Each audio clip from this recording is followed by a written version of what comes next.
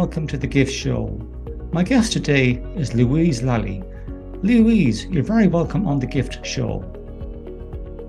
Thanks, John. Lovely to be joining you here today, and thank you so much for inviting me on the show. Looking forward to the discussion we're going to have. You're most welcome, Louise. I was reading an article yesterday in the Sunday Times business section, and they were talking about the fact that Ireland opened its first offshore wind farm in 2003 in the Arklow Bank. Since then, there's been very little investment in offshore wind power in Ireland. And funnily enough, or should I say amazingly enough, countries in the Baltic Sea, such as Estonia, Lithuania, and Latvia, where there's less wind, they have stolen the march on Ireland. Also, the UK have heavily invested in offshore wind power. Now, in recent years, the focus has been on in-country or onshore wind power here in Ireland, but we've actually fallen back in terms of offshore wind power capacity, well behind the UK and many other countries, and it's going to take a lot of investment to catch up. That said, although wind power offshore is more costly to invest in, the returns are far quicker than onshore because there's much more wind on our Atlantic coast or Irish Sea coast. Moving on, what have your clients been saying to you about inflation and the cost of living, may I ask, Louise? Yeah, I think it's been a big focus point, John, and I think touching on what you said there, sustainability, there's been a huge shift, I think, in sustainability Very true. and even from a logistics perspective, from getting stock in or product in or whatever that might look like. A lot of people are now looking at what resources can we get within our locality or within Ireland as such, and really looking at those home suppliers where I think we've gone from a model where we were buying cheap and buying in bulk and, from the likes of China and things like that. We're now looking at what can we get from our European counterparts or what can we get locally here in Ireland. So there's been a huge shift. And I think that brings back the point that you're talking about with that article you read around the wind farms, and that people are more conscientious of what they're spending, where they're spending it on, and more importantly, where it's coming from and the impact that's having with those around them, I think. And it comes back to that sustainability piece. So it's very much front and center of people's minds at the moment, I think. Yeah. And luckily enough, in Ireland, our agricultural sector, we don't lack for dairy product or for beef or lamb, for example. But where we're struggling is, like many other countries in Europe, we're heavily dependent on importing wheat from Canada, France, and Ukraine for our bread production. And we've seen increases in the price of bread. We've also seen increases in the price of cooking oils and fats because, again, we're heavily dependent on importing ingredients from either the Ukraine or from Russia for those products. What have you noticed in terms of the price increases in supermarkets for foodstuff? Yeah, so again, I suppose with anything with inflation, John, people are really revisiting, I suppose, where they can save money or where they can reuse, and that comes back to that sustainability thing. So what I'm seeing is there's a huge increase on, you know, uh, people buying, but buying smart now. People don't True. want to be getting rid of their products as much. Their price comparison, so they're looking at what's out there in the marketplace. They're buying more fresher produce and they're not buying in bulk. And we've seen a huge increase as well, even from a lot of businesses doing rental or membership on clothing, which we didn't see Very before, interesting. Yeah. and there's a large company here in Galway. It's Rent the Runway. It's a huge global organization, and they have a business model whereby you can get high-end clothing or whatever, and it's a subscription, so you pay monthly, you get those lovely gala gowns and you give them back again. So we're being quite sustainable, we're being smart, we're using but we're giving back. So we're bringing down obviously the use of, and we know how much water is used in the making of cotton and all of that. We're Yes. bringing down that, but people are being more careful in what they're buying, in reusing the stuff that they have again, which I think is really important, and it brings it back to that cost piece again. So we're being more conscientious of the resources we have, John, and how we're going to reuse them in going forward, and the uses that we have for them then, and with other areas of our life. Yeah, now that's the first I've heard of that idea, to be honest, Louise. So perhaps Mm. you might be able to enlarge on it a bit more for the audience, because Yeah. you mentioned there one company in Galway. Are there similar operations in Dublin, Cork, Limerick, Waterford, for example? Yeah, so the Rent the Runway, it's a US based company. Very They good. turn over, I think it's 100 million they're set to make. So they're quite high earnings, they're quite large. And it Very started in good. the US, and it was based on the whole strategy of the business is that it's for people that work in corporate that maybe have a lot of gala dinners and a lot of balls to go to, and they don't necessarily want to keep buying new outfits every time. So what you do is you pay a subscription fee that comes out of your account every month, and Very within good. that, then you're given maybe 2 to 4 options. And you can pick whatever's on that website. It's an e-commerce based Very company. good. So then you order that online, you get your product, you have it there for whatever amount of time. It could be 2, 3 weeks. You send it away again. And then the next month, you're given the option of another 4 completely different ones you can at random pick. And that's kind of how it works. But quite interestingly, we're seeing the likes of Zara now, which is a big clothing store. They're Very actually good. looking in to do something similar, where they're looking to have a membership around the reuse of clothing. So again, that you use a coat and that you bring it back, and that you have this membership piece that you can have that happening. And they're doing it in Brown Thomas as well in Ireland, and I know they have it in Dundrum shopping centre. If you Very want to go good. and buy a designer clothing, that you can rent that and bring it back. So if we looked at this, John, 5, 10 years ago, nobody was doing that. It was very much not the thing to do. You went out and you bought it, and fast moving consumer goods you're constantly buying all the time. We're seeing now there's a more conscientious customer out in the marketplace. They don't want to be buying all that bulk. They want to reuse what they have, and they want to more morph into that model, I think. So I think a lot of businesses that sell products are going to be moving more into a membership type model, I think, as it evolves over the next couple of years, I think. It's a very interesting model to think about. And I Mhm. suppose that's going to have a knock-on effect on our, high streets, on our shopping malls, as they say in the US. And we might see some reduction in footfall in Mhm. our shopping centres. Mhm. For example, there, Liffey Valley are very shortly, they're going to be introducing paid parking for staff and for customers, because they're more interested in developing a more uh, environmentally friendly uh, routine, and they want more of their staff and customers to use bus routes such as bus connects in the Liffey Valley area, rather than using their car to travel to work or to shop. So the whole green economy has been rethought about, I suppose you could say. But have you noticed any decrease in footfall in retail stores in Galway, for example, where you live? Mm. Yes, great question, John. We have indeed. I think there's been a huge hit. I think with the high street stores in particular. I think touching on what you said there, the likes of the Liffey Valleys, the Crescent Shopping Centre in Limerick, Kildare Village, all of those are very much in shopping centres. So the access route is different. You have connecting towns and cities that maybe will come there. It's not exactly dependent on local trade.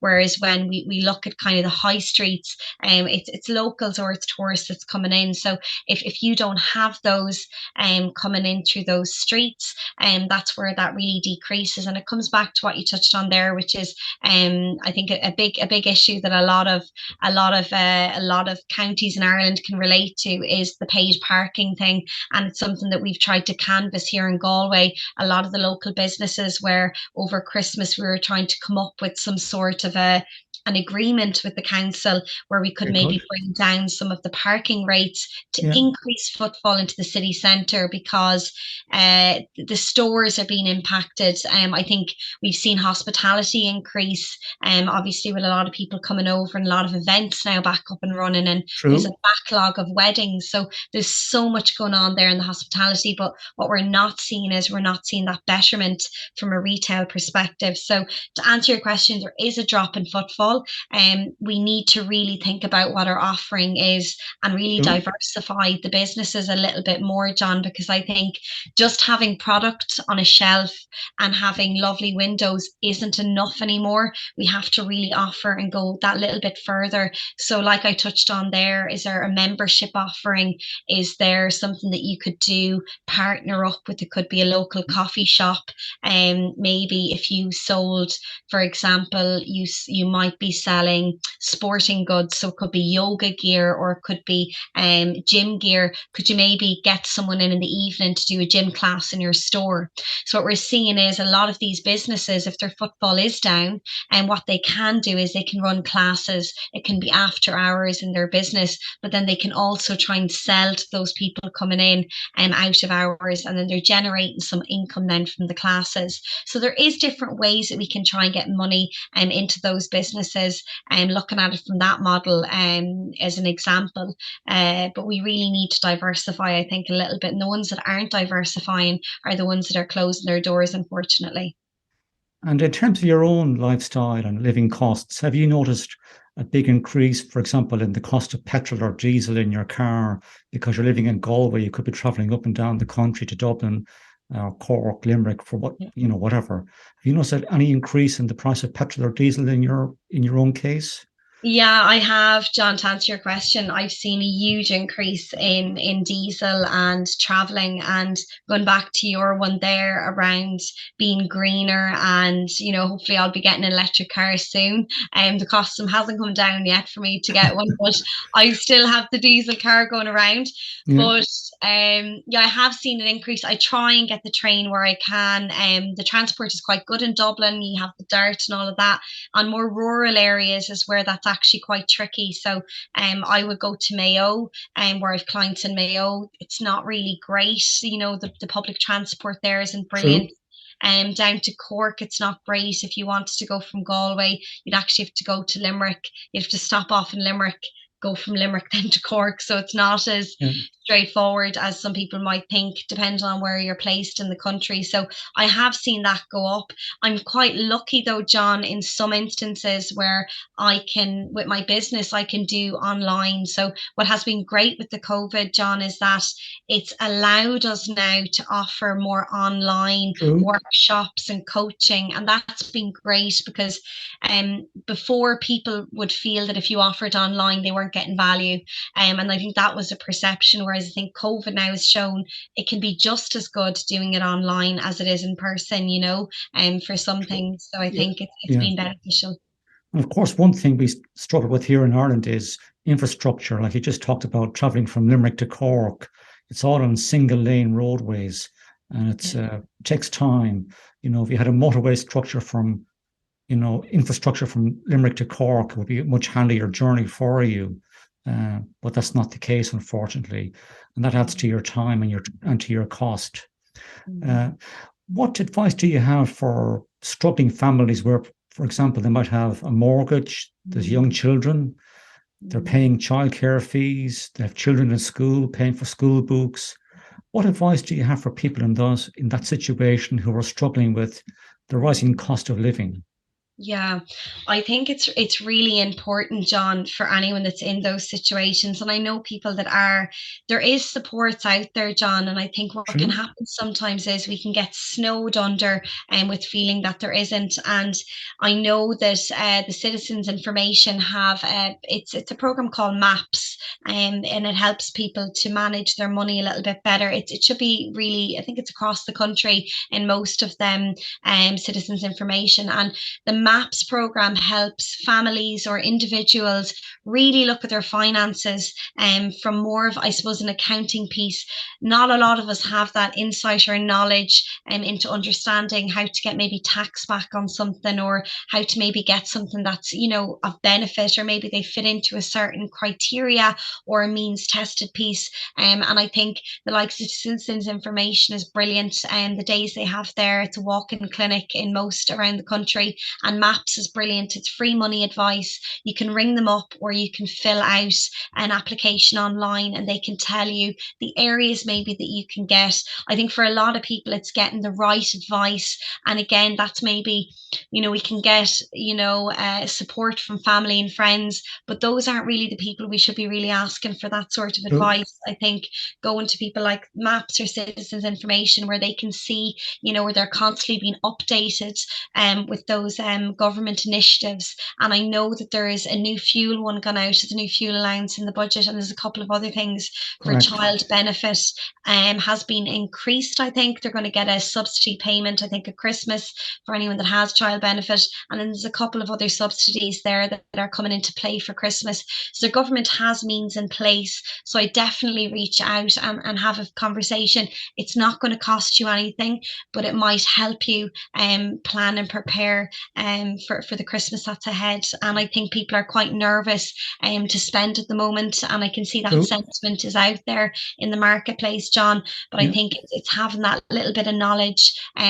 Talk to the people in MAPS. Maybe it's talking to your local credit unions if you've loans at, or the banks, and maybe look at coming up with an agreement over the next 6 months to maybe loosen out those payments for 6 months. And some of them are quite flexible. And I know that the MAPS work with some of those organizations. So it's getting that, I think. I think knowledge can be quite empowering when it's the right one, and when we get what it is we need from that. Yeah. And I think what you're saying there, Louise, is that if people have, issues with anxiety, they're Yeah, unsure as to what bill they should be paying, they should yeah, speak to somebody, provided that person is going to actively listen to them and yeah, give them, pertinent advice. I like the idea about, speaking to your bank manager, to your credit union manager, to MABs. If you have issues with, paying your mortgage, talk to your mortgage broker, talk to your bank. Don't leave it on the long finger. Deal with the issue now and see what deal you can strike with your bank, with your mortgage lender, for example. Don't ignore the issue because it'll only blow up in your face. I think that's good advice. I also think that, if you have, loans for cars or other loans for holidays, whatever the case may be, and you're struggling to pay these loans in addition to paying your energy bill, negotiate with your bank, with your lender. Don't leave it on the long finger. So I think it's a good point there is ask for pertinent advice and act on it. Yeah. I also say if people are feeling anxious or depressed, talk to people in the mental health service. They can help to allay fears that people may have. And that's why we host the gift show, is to help people to come up with solutions to issues in their life. Have you any other advice for people who might be struggling with debt or struggling to pay their mortgage, Louise? I think again it goes back to what you said there. I think it's having people around you. So, we talked about the supports there, John. I think and I'm in a couple of networks. It's having people that are Very in good. business as well to support you. I'm a sole trader. I'll use myself as an example, and I have three other contacts that are sole traders. One of them is in business about 8 years longer than me. And if Very I'm good. struggling, I around a business issue and where I'm unsure, I would speak to them and I go, is this normal for this to be feeling this way? And I think it's really important to have those people, a circle of people that are around you, John, that you can feel safe and that you can trust in telling them, things that are coming up in your business.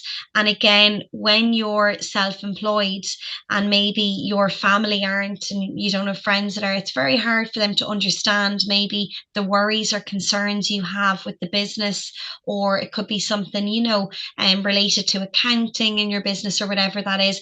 Have people around you that you can reach out to, and that you can soundboard those concerns off to. I'm quite lucky. I think before we went on, I was telling you, John, that I share a co-working space with Very a good. lovely individual, and she's a qualified accountant and she's an accounting company, and she's quite supportive to me and gives me that great advice I need because I don't have an accounting background.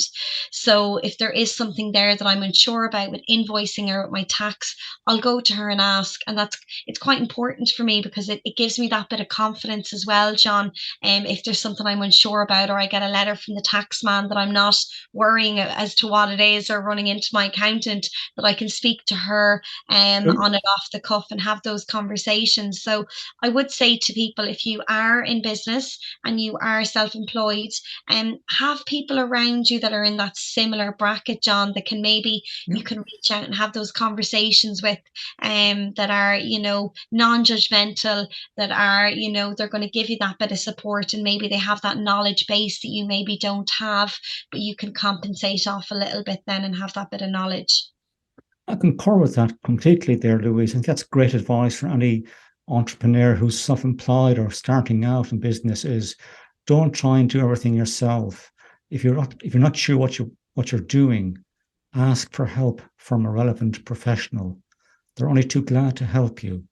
And it eases the pain in running a business because no matter how experienced we are, no one person knows everything about business. And I think you have to be able to ask for help. Sustainability is going to be important in business going forward. And I love the idea that Louise mentioned there today about rent the runway. Sounds a great model going forward for people. Secondly, don't be afraid to ask for help, whether you're an entrepreneur, a sole trader, or a person who's struggling to meet their commitments in terms of their energy bill, their gas bill, electricity bill, mortgage, or other loans they may have in their life. Always speak up, ask for help from a pertinent individual. Is there anything else you'd like to say to the audience before I let you go, Louise? Let me think. So I suppose going just revisiting what you recapped on there, John, Yeah, which I thought was fantastic. Bringing home really, which was the whole, I suppose, emphasis that, you know, not feeling that you are alone, that there is loads of resources out there, true. John, be it from a professional piece or a personal piece, that there is things there available. And don't be afraid to ask, I think is really important.